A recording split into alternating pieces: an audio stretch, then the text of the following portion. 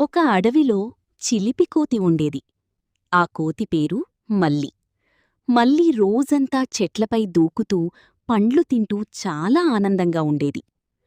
ఒకరోజు మల్లి అడవిలో తిరుగుతూ ఒక ముళ్ళ పొద దగ్గరికి వెళ్ళింది. ఆ పొదలో ఎర్రగా మెరిసే పండ్లు కనిపించాయి. ఇవి చాలా రుచిగా ఉంటాయి అని అనుకుని మల్లి తొందరగా పండ్లు తీసుకోవడానికి లోపలికి వెళ్ళింది. కాని ఆ పొదలో ఉన్న పెద్ద ముల్లు మల్లి తోకకు బలంగా గుచ్చుకుంది.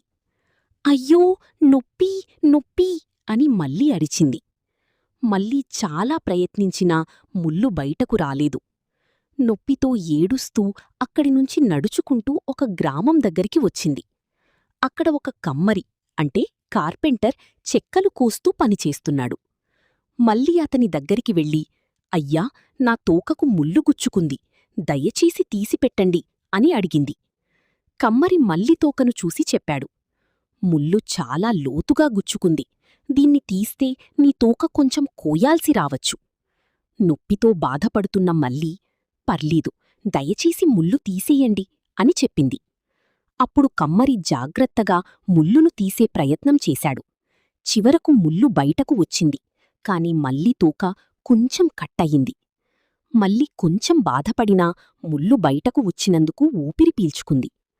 ఆ రోజు మల్లి ఒక పెద్ద పాఠం నేర్చుకుంది.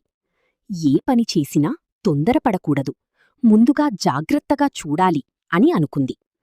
ఆ తర్వాత నుంచి మల్లి ఎక్కడికైనా వెళ్ళినా ముందు జాగ్రత్తగా చూసి మాత్రమే పండ్లు తీసుకునేది.